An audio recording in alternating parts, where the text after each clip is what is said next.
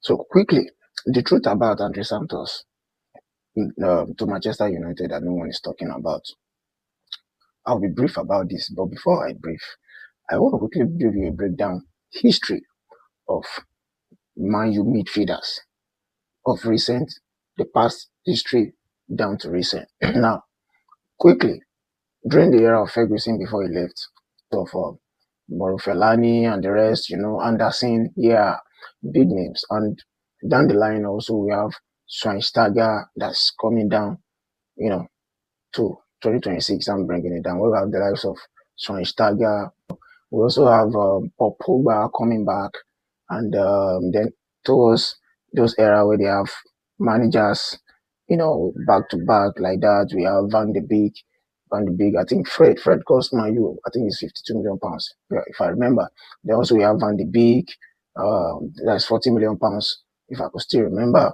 And don't forget, Mason Mount was also another, big name. I'm talking of big names. I'm not talking of, because Man U also have academy boys or probably names that are not big names that actually come in those eras as well. So we also have Mason Mount. I think Mason Mount was signed between 50 to 60 million pounds, if I could remember. I think that was 4 years ago or 3 years ago. So the question is buying a player who wants to prove himself a smarter strategy than buying an expensive established name? Old Trafford has broken more accomplished players than it's made. I'll prove it. And it's not because they lack talent. No, it's not because they lack talent, but because talent without hunger doesn't survive the pressure of Old Trafford. What if this Andrey Santos signing, because it's a different ball game? This is a player with no pressure. This is a player who is hunger for minutes. That's why he's leaving Chelsea and he's ready to prove himself. Unlike the established players, if I remember vividly, when Manchester United signed Casemiro, Man U fans were not that impressed.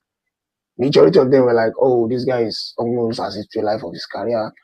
Well, because they actually want to get a big name. It is in their history, it's in their DNA. PR stunts. So nobody, no Man U fans, could believe Casemiro will be going to turn in some serious numbers. No Man U fan will believe that. And towards the end of last season, before he left, he did some serious work. And that's why you see it in their lips now, whereby they say, we are looking for someone who will replace Casemiro, we are looking for this. But they forget that if you want a football club to thrive, you don't look for replacement. You will definitely have an identity that will be way more better than Casemiro. Don't forget you have the likes of Scholes.